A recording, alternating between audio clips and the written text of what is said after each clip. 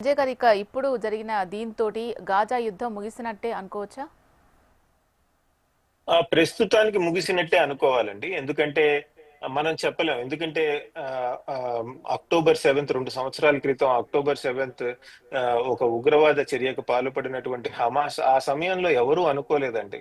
Hamas ఇంత తీవ్రంగా Israel మీద ఆ, ఒక టెర్రరిస్ట్ అటాక్ చేస్తుంది అని ఎవరు అనుకోలేదు. ఎందుకంటే స్థానికంగా ఉన్నటువంటి చుట్టుపక్కల ప్రభుత్వాలు తీసుకోండి, అటు యునైటెడ్ అరబ్ ఎమిరేట్స్ కానివ్వండి, మిగతా దేశాలు సౌదీ అరేబియా కానివ్వండి, ఇవన్నీ కూడా ఇజ్రాయెల్ కి సన్నిహితంగా అవటం జరుగుతోంది. అటువంటి తరుణంలో అదే సమయంలో ఇజ్రాయెల్ కూడా ఒక స్నేహహస్తం ఇచ్చింది చుట్టుపక్కల ఉన్న దేశాలకి. అటువంటి తరుణంలో హమాస్ అటాక్ చేసి అసలు రీజనల్ జియో పాలిటిక్స్ ని మార్చేసే విధంగా పెద్ద ఎత్తునటువంటి టెర్రరిస్ట్ అటాక్ చేయడం జరిగింది హమాస్ అని. సో ఎవరు ఊహించలేదు. సో మునుముందు కూడా ఊహించని సంఘటనలు జరుగుతాయి. కానీ ప్రస్తుతానికి మాత్రం ఇది కొన్నాళ్ళు ఉంటేనే బాగుండు అని చుట్టుపక్కల దేశాల్లో కూడా ఒక ఆ దాన్ని ఏమంటాం, ఒక కోరిక ఉందండి. అంతేకాదు, మీరు చాలా బలమైనటువంటి దేశాలు యునైటెడ్ అరబ్ ఎమిరేట్స్ తీసుకోండి, సౌదీ అరేబియా తీసుకోండి, ఇవన్నీ కూడా ఈ యుద్ధం ఆగితే బాగుండు అన్నది వాళ్ళల్లో ఉందండి. ఎందుకంటే ఆర్థికంగా మనం ఎదగాలి, సామాజికంగా మన సమాజంలో మార్పులు తీసుకురావాలని సౌదీ అరేబియాలో కూడా కోరుకుందండి. మనం గల్ఫ్ కంట్రీస్ లో చూస్తే ఈ మధ్య కాలంలో వాళ్ళు స్థానికంగా వాళ్ళ సమాజంలోనే కొంత ఓపెన్నెస్ తీసుకురావాలి, కొంత మార్పులు తీసుకురావాలి అని ప్రయత్నిస్తున్నారు.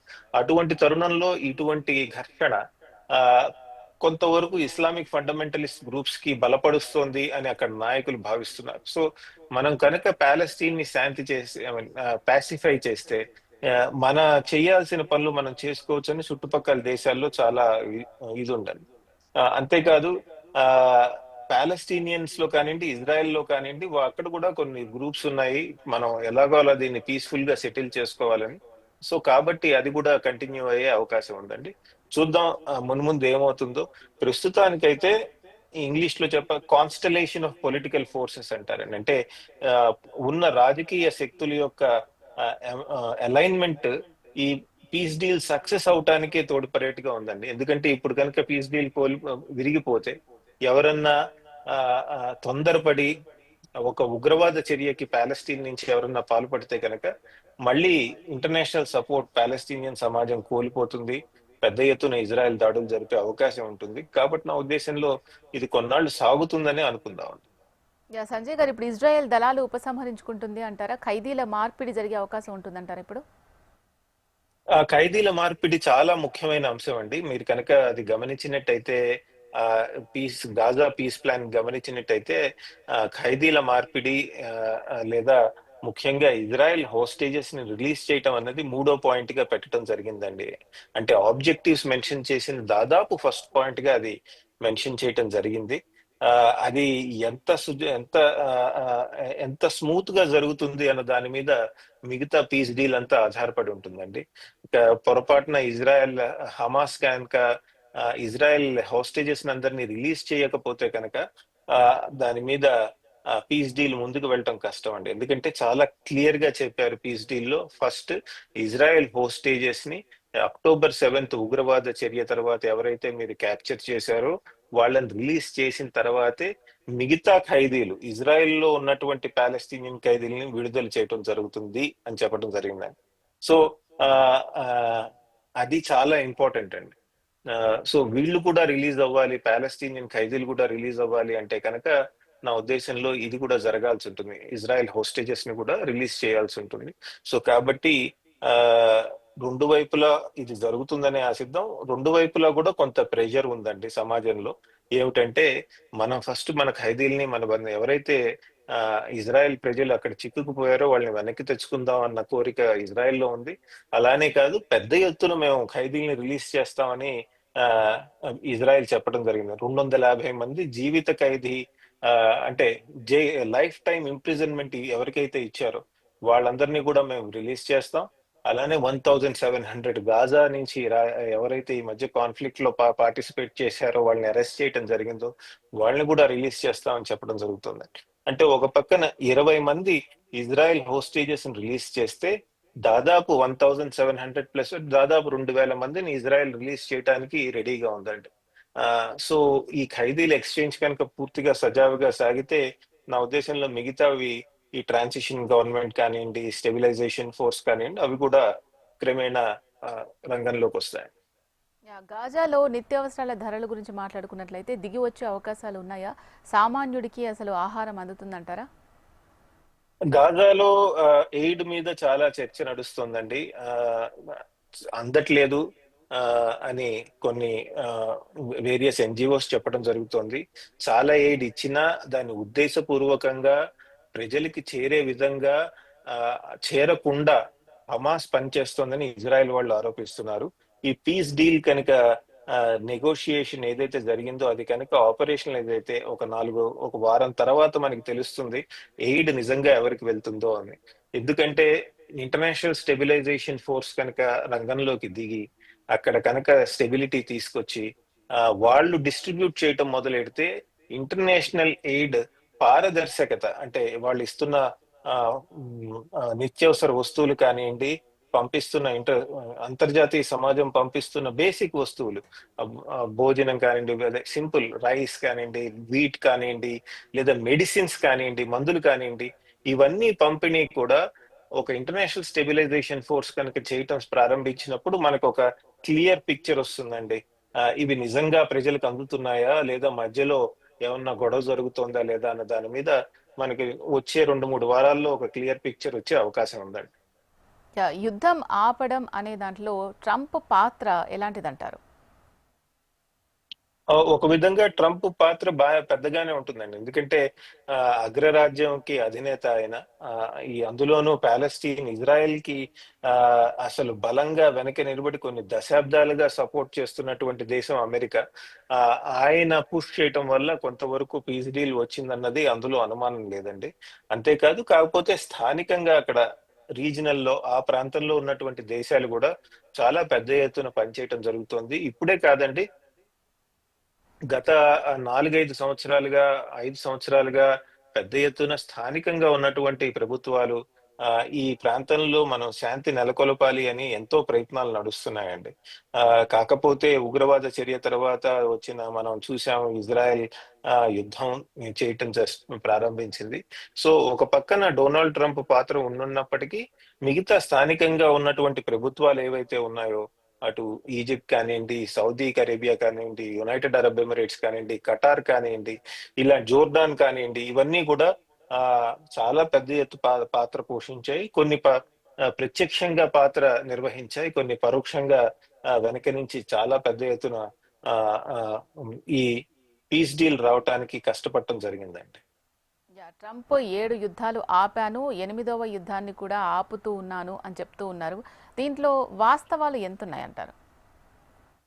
ఆ ట్రంప్ మనకి తెలిసిందే అండి. తన చేసిన ప్రతి ఇది తన వల్లే అవుతోంది అని చెప్పడం జరుగుతోంది. ఆ అమెరికా అగ్రరాజ్యం చాలా వాటిల్లో పెద్ద పాత్ర పోషించబోతోంది కూడా. ఆ సో దాన్ని బట్టి అందులో అనుమానం లేదండి. కానీ ప్రతి ఇది ట్రంప్ వల్లే జరిగింది అంటూ ఆయనకేదో నోబెల్ ప్రైజ్ వస్తే బాగుండు అన్నట్టు ఉందండి. సో కాబట్టి ఆయన క్లెయిమ్ చేస్తున్నారు అవన్నీ. నా ఉద్దేశంలో ఆయనకు నోబెల్ ప్రైజ్ వస్తే ప్రపంచ శాంతికి నిజంగా మంచి జరుగుతుంది. ఎందుకంటే మిగతావి అవసరం లేని ప్రాంతాల్లో ఆయన ఇంటర్వ్యూన్ అవటం తగ్గుతుందండి అని అనుకుంటున్నాను. మళ్ళీ ఇంకోసారి నోబెల్ ప్రైజ్ మళ్ళీ 2వ సంవత్సరం కూడా కావాలనుకుంటే మనం ఏం చేయలేం. ఆ బట్ తనకి నోబెల్ ప్రైజ్ వస్తే బాగుండు, కాబట్టి ఇది ప్రపంచంలో జరుగుతున్న ప్రతి యుద్ధాన్ని నేనే ఆపేస్తున్నాను అని ఆయన చెప్పుకోవటం జరుగుతోంది. ఆ చూద్దామండి. నిజంగా ఆపగలిగితే ఇజ్రాయెల్ కానివ్వండి, మిగతావి కానివ్వండి, నిజంగా లాంగ్ టర్మ్ అంటే సీజ్ ఫైర్ వేరండి, రాజకీయంగా ఒక సమస్యని పరిష్కరించడం వేరు. ఇప్పుడు ఇజ్రాయెల్ ప్యాలెస్టీన్ మధ్య కూడా మనం చూస్తోంది ఏమిటి? కాల్పుల విరమణ జరుగుతోందండి. కాల్పుల విరమణ జరుగుతుందా లేదా, కాల్పుల విరమణ ఎన్నాళ్ళు సాగుతుంది అన్న దాని మీద చర్చ నడుస్తోంది. రాజకీయంగా ఈ ప్రాబ్లం ని పరిష్కరించడం ఎలా అన్న దాని మీద ఇంకా అసలు ముందుకు వెళ్ళలేదండి. ఇదే కాన్ఫ్లిక్ట్ కాదండి, చాలా కాన్ఫ్లిక్ట్స్ లో ట్రంప్ చెప్తున్న చాలా యుద్ధాల్లో ఈ రాజకీయ ప్రాబ్లం ని ఎలా సాల్వ్ చేయాలి అన్నది ఇంకా పెద్ద చర్య అండి. దాని మీదకి అసలు ఇంకా వెళ్ళలేదు కూడా చాలా మంది. నిజంగా ప్రపంచ శాంతికి మనకి కావాలి అనుకుంటే కనుక ఇటువంటి జటిలమైన సమస్యకి దీర్ఘకాలికంగా ఉపయోగపడేటువంటి రాజకీయ సొల్యూషన్స్ సమాధానం మనం ఇవ్వగలిగితే నిజంగా ప్రపంచ శాంతికి మేలు చేసినట్టు అవుతుంది. డొనాల్డ్ ట్రంప్ చేస్తారా, లేదా మిగతా ప్రపంచ నాయకులు చేస్తారా, లేదా వేరియస్ అకాడమిక్స్ చేస్తారా, ఎన్జిఓస్ చేస్తారా అన్నది మనం వేచి చూడాల్సిన సమయం అండి. సంజయ్ గారు, ట్రంప్కు నోబెల్ ప్రైజ్ ఇవ్వడం సరైందా కాదా అనేది సర్వత్రా చర్చ నడుస్తున్న నేపథ్యంలో దీనికి మద్దతు తెలిపే వాళ్ళు శాతం ఎంత ఉండే అవకాశం ఉందనుకుంటున్నారు? చాలా దేశాలు ఈ మధ్య కాలంలో మద్దతు జరపడం జరిగింది. ఉదాహరణకి పాకిస్తాన్ నాయకులు క్లియర్ గా చెప్పారు. అలానే అజర్బైజాన్ కానివ్వండి, అటు అర్మేనియా అప్పుడు జరిగినప్పుడు కొంతమంది నాయకులు చెప్పడం జరుగుతోంది. చాలా మంది నాయకులు ఆయనకి నోబెల్ ప్రైజ్ ఇవ్వచ్చు అని చెప్పడం జరుగుతోంది. చూద్దాం నోబెల్ పీస్ ప్రైజ్ ఎలా కమిటీ ఎలా డిసైడ్ చేస్తుంది అన్నది. ఎందుకంటే కేవలం ఒక ఇంటర్నేషనల్ క్యాంపెయిన్ తో నోబెల్ పీస్ ప్రైజ్ వస్తుందా, లేదా నేను ఇందాక చెప్పినట్టు దీర్ఘకాలికంగా ప్రాబ్లమ్ సాల్వింగ్ సొల్యూషన్స్ అంటే రాజకీయంగా జటిలమైన సమస్యల్ని పరిష్కరించే విధంగా నాయకత్వం చూపినందుకు ఇస్తారా, మనం అది చూడాల్సి అవసరం ఉందండి. నోబెల్ పీస్ ప్రైజ్ కూడా మనకి తెలిసిన విషయమే. ఆ, ఆ, చాలా మంది గొప్పవాళ్ళు, మహనీయులు వాళ్ళందరికీ కూడా వచ్చింది. అలానే ఒక్కొక్కసారి రాజకీయంగా ఇచ్చారా అన్న అనుమానాలు కూడా వ్యక్తపరచడం జరిగింది చాలా సమయాల్లో. సో చూద్దాం నోబెల్ పీస్ ప్రైజ్ కమిటీ ఎలా వ్యవహరిస్తుందో. మనం పెద్దగా కూడా మన దేశంలో కూడా అండి పెద్ద ఎత్తున ఈ ఆ, వేరే దేశాలు మన దేశం కాన్ఫ్లిక్ట్స్ గురించి లేదా ఇండియా పాకిస్తాన్ కాన్ఫ్లిక్ట్ గురించి ఏమంటున్నాయి ఏమనుకుంటున్నాయని కొంతవరకు పరిగణలోకి తీసుకున్నా మరీ ఎక్కువగా ఆందోళన చెందాల్సిన అవసరం లేదు. ఒకవేళ మన తరఫున ఫేవర్ గా మాట్లాడినా ఆనందించాల్సిన అవసరం లేదండి. ఒక సమన్వయంతో చక్కగా మనమంతా కోఆర్డినేట్ చేసుకుని మన ఇంటర్నల్ గా మన వాళ్ళంతా ఒక కోఆర్డినేషన్ తో ముందుకు వెళ్లాల్సిన అవసరం ఉంది. కానీ మరీ ఎక్కువ పాత్ర విదేశీ శక్తులకు ఇవ్వాల్సిన అవసరం లేదు. వాళ్ళు మంచి వాళ్ళు అవ్వచ్చు, చెడ్డ వాళ్ళు అవ్వచ్చు. సంజయ్ గారు, పీస్ ప్రైజ్ అనేది ఎంతో మంది మహనీయులకు ఇవ్వడం జరిగింది అని కూడా మీరు ఇంతకుముందు చెప్పడం జరిగింది. ఆ మహనీయులకు ఉన్న అర్హతలు ట్రంప్కి కూడా ఉన్నాయా అని మీరేమనుకుంటున్నారు? అంటే ఈయనకి అసలు ఒకవేళ రేపు ప్రకటించే నోబెల్ శాంతి బహుమతిలో ట్రంప్కి దక్కే అవకాశాలు ఎంతవరకు ఉన్నాయనుకుంటున్నారు? అంటే నోబెల్ పీస్ ప్రైజ్ ఇప్పుడు మీరు దలైలామా తీసుకోండి, ఆంగ్ సాంగ్ సూచీని తీసుకోండి, ఆవిడని కలిసే ఒకసారి మంచి ఆపర్చునిటీ కూడా వచ్చింది నాకు. వాళ్ళు పర్సనల్ లెవెల్లో కూడా చాలా క్లీన్ లైఫ్ అంటే ఒక చక్కటి జీవితం వాళ్ళు లీడ్ చేశారండి. నోబెల్ పీస్ ప్రైజ్ లో చాలా మంది అలా అందరికీ ఉంటుంది అనట్లేదు, నేను ఉండాల్సిన అవసరం కూడా లేదు. So one of the qualities ఏంటంటే ఏదన్నా కాన్ఫ్లిక్ట్ వస్తే లేదా ఒక డిఫరెన్స్ ఆఫ్ ఒపీనియన్ వస్తే దీన్ని బ్రిడ్జ్ చేయటం ఎలా, ఈ కాన్ఫ్లిక్ట్ ని బ్రిడ్జ్ చేయటం ఎలా, అంతేగాని ఈ జరుగుతున్న గొడవల్ని ఇంకాస్త పెంపొందించే విధంగా ఇంకాస్త ప్రోత్సహించే విధంగా డైలాగ్స్ వేయటం కానీ భాషలు మాట్లాడటం కానీ అది ఉండకూడదండి. So one of the critical things ఒక నోబెల్ పీస్ ప్రైజ్ నా ఉద్దేశంలో డజంట్ మ్యాటర్ నేనేమనుకుంటున్నాను అన్నది, బట్ నా ఉద్దేశంలో ఏంటంటే ఏదన్నా ఘర్షణ జరిగినప్పుడు ఏదన్నా ఒక వివాదం వస్తే కనుక అక్కడ స్థానికంగా ఉన్నటువంటి పార్టీస్ ఏవైతే ఉన్నాయో వాళ్ళని దగ్గరికి తీసుకొచ్చే ప్రయత్నం చేసే వాళ్ళకి గుర్తించాల్సిన అవసరం ఉందండి. నోబెల్ పీస్ ప్రైజ్ కూడా చాలా మందికి అంటే దేర్ ఈస్ ఆల్సో క్రిటిసిజం, దాని మీద కూడా కొద్దిగా క్రిటిసిజం వస్తుంది.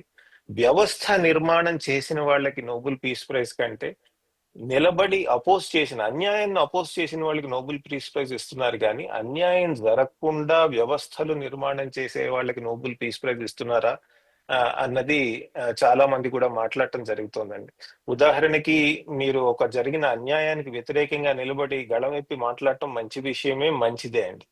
కానీ వ్యవస్థ నిర్మాణం చేసే వాళ్ళు ఎవరైతే ఉంటారో మంచి మంచి ఇన్స్టిట్యూషన్స్ డెవలప్ చేసి అసలు గొడవలు వచ్చే ముందే వాటిని ఆపేసే వాళ్ళు ఎవరైతే ఉంటారో వాళ్ళు తెర మీదకి కనపడరు, తెర మీదకి రారు. కాబట్టి వాళ్ళని ప్రపంచం గుర్తించట్లేదు.